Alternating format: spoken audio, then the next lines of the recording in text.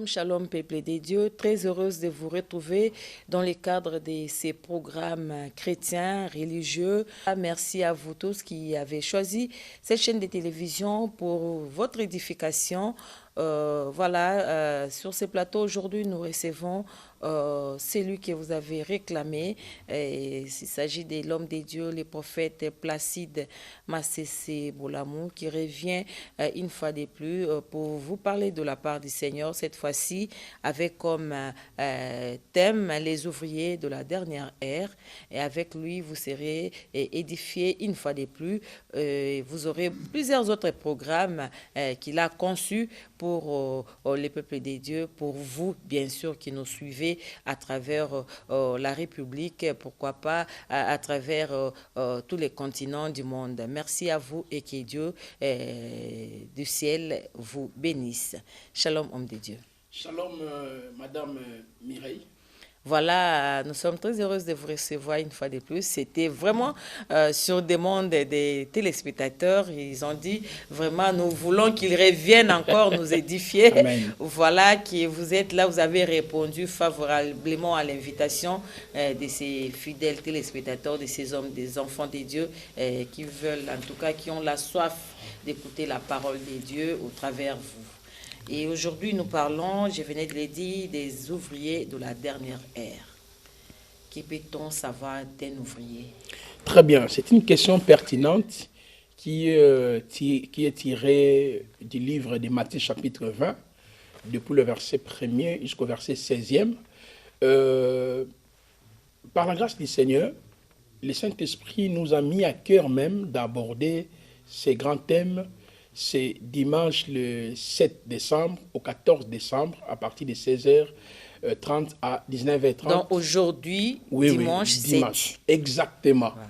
Donc il y a une grande conférence pour les hommes de Dieu, des enfants de Dieu, des pasteurs, des prophètes. Donc les après-midi. Les matins, nous sommes à la télé, les après-midi, nous sommes à l'Assemblée. Exactement. Donc ça dit, après avoir suivi cette émission, oui. Donc déjà... Allons nous préparer.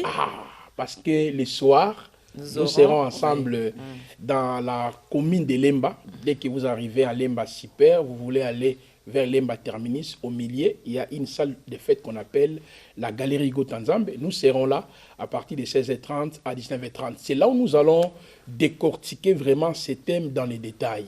Mais laissez-moi quand même dire un mot par rapport à la question. Les ouvriers de la dernière ère... Ouvrier d'abord, un ouvrier c'est qui? Très bien, c'est un serviteur qu'on a établi pour travailler pour le compte du roi, à la lumière de la parole. Quelqu'un que Dieu a appelé, l'a signé une mission afin de pouvoir travailler pour son compte. Donc un ouvrier n'a pas un message. Un ouvrier est là pour suivre justement les directives de son maître. C'est pour cela qu'on parle dans cette parabole, les ouvriers de la dernière heure. Donc qui sont-ils? C'est vous et moi.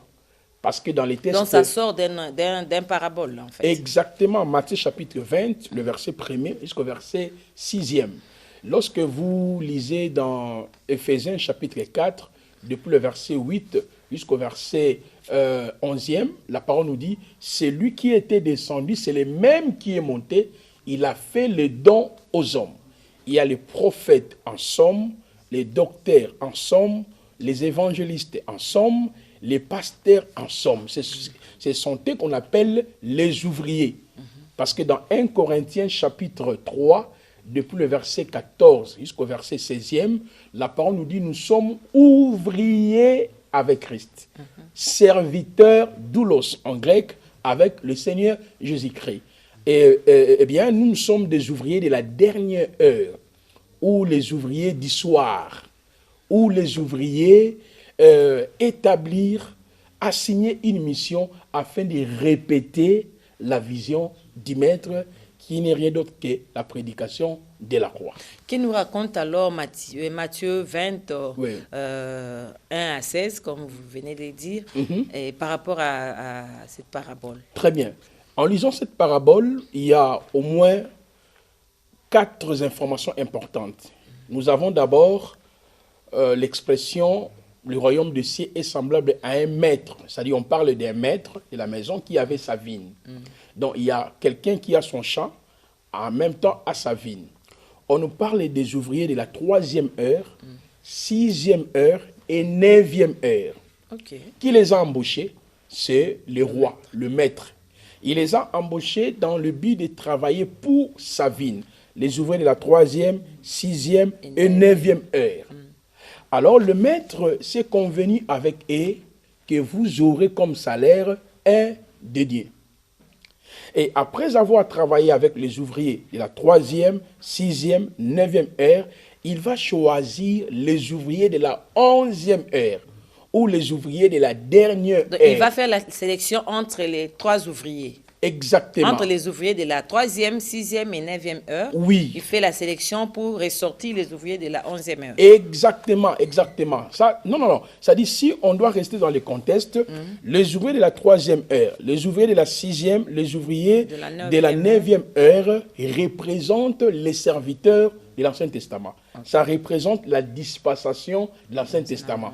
Parce que la vigne en question, c'est l'image d'Israël.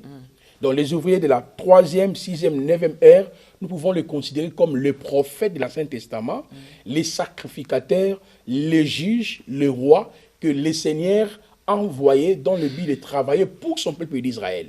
Parce que une parabole, c'est un moyen indirect qui consiste à dévoiler les choses qui sont cachées. Madame la journaliste, quand vous lisez dans Matthieu chapitre 13, depuis le verset 34 jusqu'au verset 36, le Machia avait dit, j'ouvrirai ma bouche, je parlerai en parabole, j'annoncerai des choses qui doivent, les choses cachées depuis la fondation du monde. Et en cela, le Seigneur expliquait déjà dans cette parabole comment il a fini sa marche avec Israël, c'est-à-dire les temps des prophètes, des rois, des sacrificateurs sont déjà terminés. Et c'est une nouvelle dispensation. Et dans cette nouvelle dispensation, a choisi les ouvriers de la dernière ère, qu'on peut le définir sous d'autres mots, ce sont les croyants. Donc, et on ne les appelle pas. Ah, donc ce ne sont pas des prophètes, pas des pasteurs. Non, mais nous tous, d'abord, devant Dieu, nous tous, à la lumière de la parole, nous sommes d'abord épouses, fiancés, peuple saint, le frère, ensemble des premiers-nés. Mais comme l'Église, c'est le corps du Christ, dans le corps, Dieu a choisi les uns comme apôtres, prophètes, docteurs, évangélistes. Oui. Donc nous tous, l'Église du Seigneur, le peuple de Dieu, nous sommes des ouvriers. Nous sommes des serviteurs de Christ. Je peux vous donner un passage dans le livre d'Apocalypse, chapitre 1, le verset 1 à 2. Je paraphrase, où la parole nous dit « La révélation de Jésus-Christ que Dieu lui a donnée pour montrer à ses serviteurs. » Donc, il y a le terme « doulos » qui est là, qui veut dire « esclave », qui veut dire « serviteur, domestique, ouvrier ». Donc, tout chrétien, par définition, c'est un ouvrier avec Christ. C'est un serviteur avec Christ. Mais parmi les chrétiens que nous sommes, il y a d'autres personnes que le Seigneur a dotées de dons, à être apôtres, à être prophète, à être docteur, à être évangéliste. Parce que les ouvriers dans l'ensemble travaillent pour le roi, pour le maître. Okay. Vous voyez, je vais vous donner un exemple, madame la journaliste. Vous saviez que le but pour lequel le Seigneur nous a laissé sur la terre, que tu sois pasteur, prophète, enfant de Dieu, bishop, c'est pour 4 raisons majeures. Lesquelles? La première, c'est pour conquérir le monde par l'évangile, la conquête des âmes. Dans cette première mission, vous voyez que le Seigneur nous a assigné un mandat dans le but de former, d'équiper et de préparer, d'arranger et de présenter. Donc tout chrétien est dans l'obligation de proclamer la parole, d'enseigner, parce que c'est un ouvrier. Il attend les salaires, le 1 denier. Ça, c'est la première raison d'être de notre existence sur la terre. La deuxième raison d'être de notre existence sur la terre, c'est pour adorer Dieu. Que tu sois pasteur, prophète, enfant de Dieu, nous sommes là pour adorer, pour louer. C'est pour cela, dans l'Église, nous tous nous adorons. La troisième raison d'être de notre existence sur la terre, ici, c'est pour refléter les caractères de Dieu.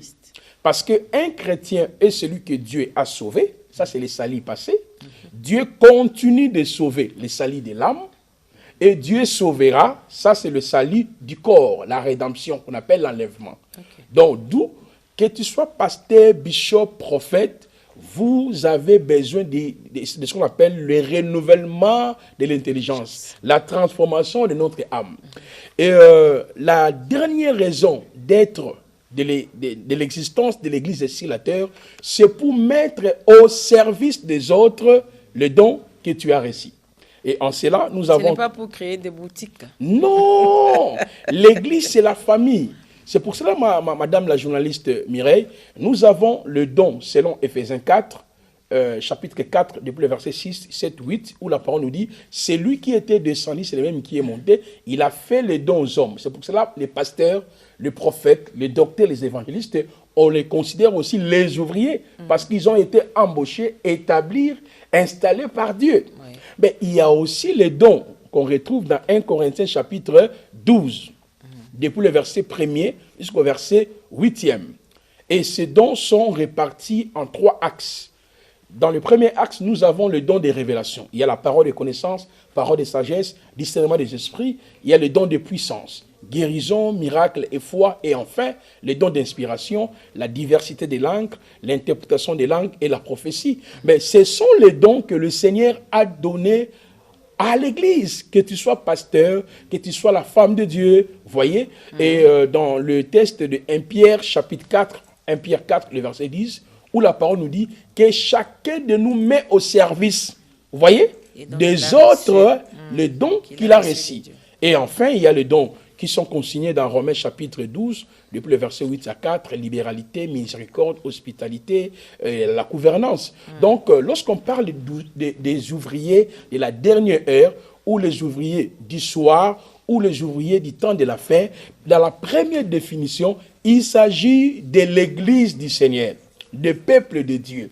Mais si on doit monter encore par rapport à cette compréhension, nous pouvons aussi considérer les ouvriers étant ceux qui sont appelés à diriger les autres comme pasteurs, prophètes, docteurs. Maintenant, le problème en est, quel est le message que nous présentons à l'Église du Seigneur? Quel est le message que les ouvriers de la 11e heure ont présenté à l'Église du Seigneur et quel est le message que vous devez aujourd'hui, nous, qui sommes de la dernière ère, devraient présenter à l'Église du Seigneur? Très bien. Je vais prendre un exemple simple, madame la journaliste. Vous savez, aujourd'hui, dans nos églises, on nous dit qu'il faut prier les anges. Un pasteur qui prêche, il vous dit, j'ordonne aux anges. C'est lui qui ordonne. Je commande les anges. Je libère les anges. Maintenant, les anges vont vous toucher. Mais on dit qu'ils sont à notre service. Ah, voilà. Un ouvrier ne peut pas changer la révélation, la parole, le message, la vision de son maître. Parce que notre maître qui est Yehoshua HaMashiach, lorsqu'il était devant le poste Pilate, qu'est-ce qu'il a dit? Je prierai le Père, c'est le Père qui va envoyer les anges. Les anges, bien sûr, ce sont les esprits à notre service, mais il faut bien lire le texte. Dans le texte de Hébreux chapitre 1er, le verset 13-14, la parole n'a pas dit les anges, ce sont les esprits au préalable à notre service. C'est faux. C'est pour cela que les faux ouvriers ont apporté un fait étranger dans l'Église du Seigneur. C'est ce qu'on nous a appris. Ah, or la parole nous dit, ne sont-ils pas tous des esprits? Lisez magistralement Hébreux chapitre 1er, le verset 13, 14, 15. Ne sont-ils pas tous des esprits au service de Dieu, madame la journaliste? Au service de Dieu. Maintenant, envoyés en faveur de ceux qui doivent hériter les salis. Qui les envoie? Ça, c'est la première question. La deuxième question, à quoi consiste le ministère des anges? Et la réponse, elle est simple par rapport à ces deux questions. Les anges, ce sont les esprits sous la prérogative de Dieu. C'est Dieu seul qui les envoie. Notre communion n'est pas avec les anges. Notre communion est avec le Père. Mais on dit que nous sommes des petits dieux. Non, c'est une mauvaise interprétation. C'est pour cela que les ouvriers sont dans l'obligation de répéter la pensée du maître. Parce que Yehoshua lui-même a dit quoi en ce qui concerne la prière? Est-ce qu'il a dit de prier les anges? Il y en a qui prient Michael, qui prient Gabriel, qui prient Iriel, qui prient Raphaël. On le voit aujourd'hui. Ce ne sont pas des bons ouvriers parce que dans les textes de 2 Corinthiens chapitre 1er, lorsque vous lisez religieusement le verset 1er jusqu'au verset 15e, je paraphrase, l'apôtre Paul a dit aux chrétiens de Corinthe, attention, vous devez veiller comme Ève a été égarée afin que vos pensées ne se corrompent point. il va expliquer, il y a un autre évangile, il y a un autre Jésus, il y a un autre esprit. Et dans sa conclusion, l'apôtre Paul va démontrer, cela n'est pas étonnant parce que le diable lui-même se déguise en l'ange de la lumière et ses ministres aussi. Qui vous a appris, madame, qu'on peut prier les anges?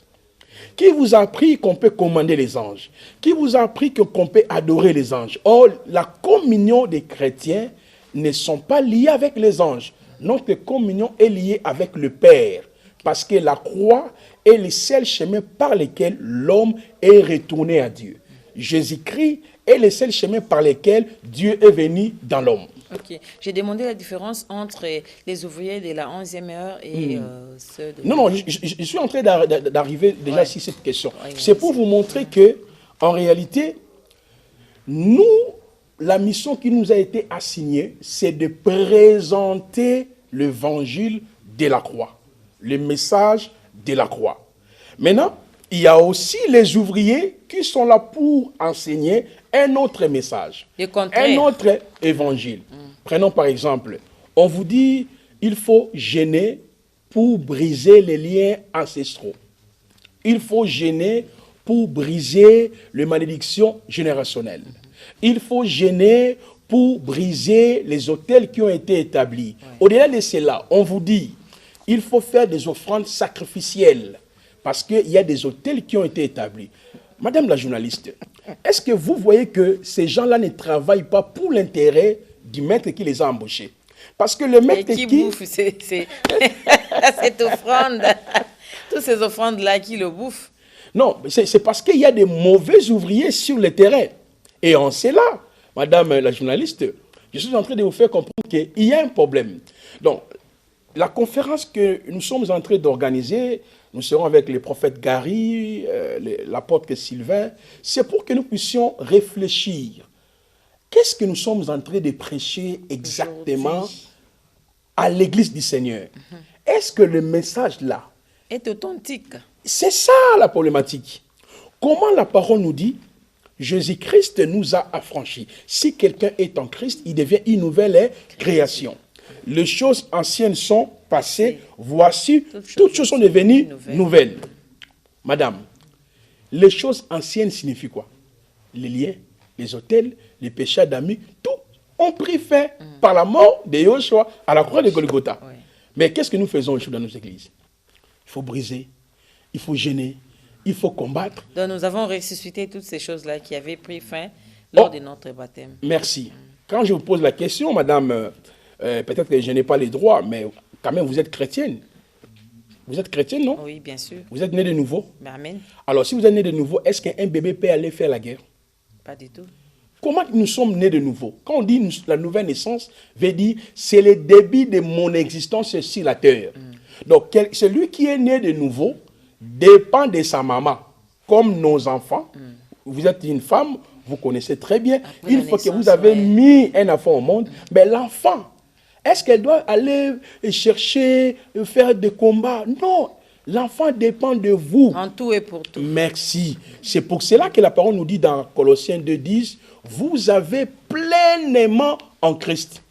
Nous laissons Christ, l'œuvre qui a été accomplie par Christ, mais nous pensons qu'en gênant des jeûnes 31 jours, 40 jours, que Dieu va nous exaucer.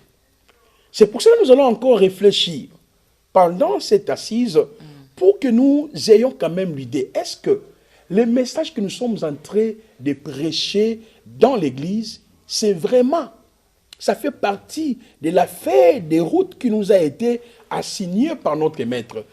Pour répondre à la question, la différence entre les ouvriers... D'abord, après la réflexion, puisque oui, vous allez vous réunir pour... vous allez réunir les enfants des dieux également, oui, pour réfléchir ensemble. Et après la réflexion, qu'est-ce qui va se passer? Non, il y aura la conclusion, parce que... Bien sûr. Un ouvrier, je l'ai dit dès le départ, vous m'avez posé la question, que veut dire un ouvrier? J'ai dit un ouvrier, c'est quelqu'un qu'on lui a assigné une mission. Parce qu'on ne peut pas se limiter à réfléchir. Oui. On doit trouver des solutions. Mais il y aura des pistes de solutions pendant ces 7 jours. Oui. C'est pour cela que l'activité commence le dimanche 7. C'est-à-dire, quand nous sommes le dimanche, le soir, exactement, il y aura des remèdes, des recommandations pour aider les enfants d'Élohim. Par exemple, le premier jour, le prophète Gary King va exploiter Dans les soirs. le soir. Donc ça dit aujourd'hui, mais le soir, Oui. à partir de 16h, le prophète va prendre la parole. Les lundis, il va prendre la parole. Mardi, moi, je vais prendre aussi la parole pour parler, par exemple, sur l'infiltration de la cabale juive. Vous voyez aujourd'hui les pasteurs avec de la kippa, on appelle ça la kippa. Vous voyez les pasteurs aujourd'hui avec des talits, l'habit de juif là. Vous voyez aujourd'hui les pasteurs avec des chaînettes. Ça devient un mode. Ah, maintenant, avant, on l'appelait évangéliste. Après, il dit, je ne suis plus évangéliste, je suis devenu évêque. Après, à un moment donné, je ne suis plus évêque président, évêque supérieur. Après, à un moment donné, il devient évêque, archi-évêque. Maintenant, la nouvelle génération, quelle est sa place? Les jeunes serviteurs que Dieu a appelés, vous ne voyez pas que nous sommes en train de détruire la génération future. Parce que la force d'un pays dépend de la jeunesse. De la même manière, ceux qui ont été appelés étant les aînés de la foi ont changé, ont falsifié l'évangile. C'est pour cela que nous serons là, pas seulement en train de réfléchir, non, de présenter aussi les moyens, de présenter la solution, de rappeler aux ouvriers l'heure est grave. Comme moi, je parlais par exemple sur la doctrine des anges. Madame, vous saviez qu'il y a beaucoup de gens qui prient les anges. Ange Michael, ange Gabriel. Il va rencontrer un prêtre, un médium, un pasteur lui dit, pour ton problème, il faut prier tel ange, Michael, Gabriel, Iriel. Et les chrétiens commencent aussi à invoquer les anges. Et d'autres aussi invoquent même le saint. À cela, j'ai écrit un ouvrage qui sera présenté dans la même occasion. Les pratiques du spiritisme s'infiltrent dans certaines églises locales. Je dois aborder ça. Aux prières adressées à Saint Michael, à Gabriel, à Iriel. Vous voyez que ces pratiques-là aujourd'hui sont en mode dans nos églises aujourd'hui. Est-ce que les chrétiens, étant donné que nous sommes les ouvriers du soir, c'est ça le message qui nous a été assigné? La mission plutôt qui nous a été assignée? Non. Nous voulons altérer l'évangile du Seigneur et ramener les peuples de Dieu dans une mauvaise doctrine, une doctrine fallacieuse. Vous voyez, je vais par exemple aussi aborder un autre point. Vous allez voir aujourd'hui, madame la journaliste, on veut ordonner un pasteur. Vous allez voir tous les pasteurs avec des robes, des toges rouges, noires et tout qu'on sort. Il y en a qui portent la kippa, des croix. Madame, ça vient d'où ces pratiques? Ça vient d'où? Ça vient de ce qu'on appelle la cabale juive. Okay. Donc la cabale juive, c'est la tradition juive. Donc on peut dire ça en lingala, Kindoki Yabayuda. Qui a amené ça? Ah, c'était une pratique, dans l'église au Congo, depuis à l'époque coloniale déjà, parce que la cabale juive n'a pas commencé avec les pasteurs de l'église de réveil. Ça a commencé déjà avec nos frères Ndekuna Bolingo. Vous voyez, déjà parce qu'avec nos frères Ndekuna Bolingo, déjà tout était là-bas. On priait Michael, on priait Gabriel, on priait les saints, on parlait aux saints, la nécromancie. Nous prions Marie, nous prions tel pour qu'il puisse parler à X, Y. Ah, or, c'était déjà une pratique, c'était des pratiques nécromanciennes. Et les églises des réveils, certains pasteurs, prophètes, comme ils ont l'habitude d'effectuer des voyages pour Israël. Ça a commencé petit à petit, hein, jusqu'à devenir ce que nous voyons aujourd'hui. Donc, oui, c'est devenu quelque chose, je ne sais pas. Donc, si vous ne portez pas ça, oui, donc si vous ne vous habillez pas comme cela, donc vous n'êtes pas vraiment. Exactement, madame. Je vais vous révéler, je vais faire une révélation. La tenue du service était obligatoire dans le sacerdoce lévitique. Il y avait deux sortes de tenues. Il y avait la tenue vestimateur du souverain sacrificateur, où il y avait la tiare, l'éphod, le pectoral, la robe de l'éphod, selon Exode 28, Exode 29. Le but de cette tenue vestimateur, c'était pour faire l'expiation du péché. Quand je parle de l'expiation du péché, au cas où il y a une violation de la loi, pour la réparation de ces préjudices, la personne qui avait violé la loi était dans l'obligation de pouvoir aller voir un souverain sacrificateur, et les sacrificateurs doivent faire l'expiation de ses péchés par le système sacrificiel. Mais lui ne peut pas engager ses services si au préalable il n'a pas la tenue vestimateur. Et ses enfants aussi, ils avaient l'air retenu. Mais prenons notre modèle qui est Jésus-Christ. Lorsqu'il est venu, avant de commencer son ministère, quelle était sa tenue vestimentaire? Luc chapitre 4, le verset 17 à 18. C'était une robe aussi, non? Pardon? C'était aussi une robe? Non! L'Esprit du Seigneur est sur moi, parce qu'il m'a oint pour annoncer la bonne nouvelle aux pauvres, pour libérer les captifs. Donc, la tenue de Jésus, c'était le Saint-Esprit. Mais pour eux, dans le Saint-Testament, avant de travailler... En fait. Pardon? Et ils ont vu l'extérieur, parce que oui. Même s'il disait ça à Christ, oui. Mais physiquement, comme ça, là, il était habillé en robe. Non, moi je ne parle pas de sa tenue normale, l'habit normal, mais je parle de l'accoutrement du souverain sacrificateur. Okay. Parce que le pasteur, le prophète, lors de l'ordination, la consécration, il se réfère de la tenue du souverain sacrificateur pour ainsi dire que avant que les sacrificateurs travaillent dans les sacerdoces, il devait avoir une tenue lors de sa consécration ou l'ordination. Il y a même des cannes aujourd'hui, hein? Mais ce sont des pratiques fétichistes dans l'église d'aujourd'hui. Et vous verrez maintenant de tels pasteurs vont dire on va prier pour les catholiques, tout ça là. Mais on va vous dire on va prier pour la nation, prier pour la paix. Et mais ça c'est n'importe quoi. Dieu n'est pas dans ces choses-là. Ça faut tirer la colère de Dieu. Il y aura mais je vous dis, madame la journaliste, il y a une forme de mélange. Vous voyez? Oh, Jésus-Christ, quand il est venu, j'étais en train de dire, il a été oint. Avant de commencer le service, sa tenue, c'était le Saint-Esprit. Mais le souverain sacrificateur, avant de commencer le service, de faire le sacrifice, d'offrir des sacrifices pour le peuple, il devait avoir une tenue physique. Mais regardez, Actes chapitre 10, le verset 38 à 39, où la parole nous dit, vous avez vu comment Dieu a oint du Saint-Esprit Jésus-Christ, qui allait de ville en ville annoncer la parole. Maintenant, nous, ses disciples, quelle est notre tenue du service? Acte chapitre 1er, le verset 6, 7, 8. Acte chapitre 1er, 6, 8. Et qu'est-ce qu'il dit? Ne vous éloignez pas de Jérusalem. Restons à place jusqu'à ce que le consolateur, l'Esprit de la vérité, viendra sur vous et vous serez mes témoins. Donc notre tenue du service, c'est le Saint-Esprit. Et dans Romains chapitre 13, le verset 8 à 10, on peut aller même jusqu'au verset 14e, Romains chapitre 13, la parole nous dit, madame la journaliste, revêtez-vous du Seigneur Jésus-Christ. Alléluia. Maintenant, d'où vient toute cette tenue vestimentaire? Et en cela, ce dimanche, c'est-à-dire le soir, j'ai des livres où j'ai écrit, par exemple, si les sacerdoces lévitiques, ces pratiques, ces rituels. C'est là où je suis en train d'expliquer la différenciation qui existe entre la tenue des souverains sacrificateurs dans les sacerdoces lévitiques et nous, notre tenue qui est le Saint-Esprit. Tous les prophètes, les apôtres, les pasteurs qui portent ce genre de tenue, ce sont des gens qui travaillent pour Satan.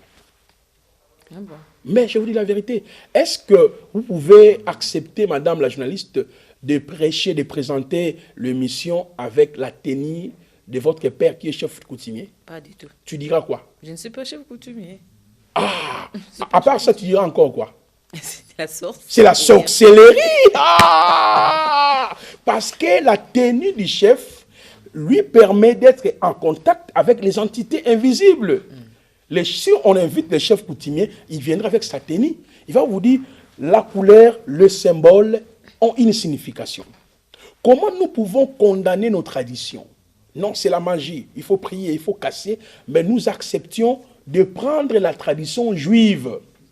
Donc, pourquoi on a bu Sotobi, pourquoi on a fait ça Kindoki? Et ça, Satan. Et ça, diable. Mais on accepte. Donc, talit, pasteur alati, et lamba on est juif.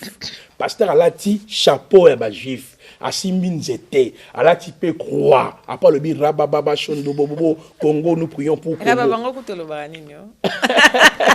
Merci beaucoup, prophète Placide. Nous sommes vraiment à la fin. Oui, oui. Et je sais que nous allons continuer avec ces thèmes après l'activité de ce soir. Exactement. Vous avez des nouveaux ouvrages que vous voulez présenter au peuple des dieux. Exactement. Je sais que les soirs déjà, il y aura aussi ceux qui vont en bénéficier. Oui, oui, j'ai préparé.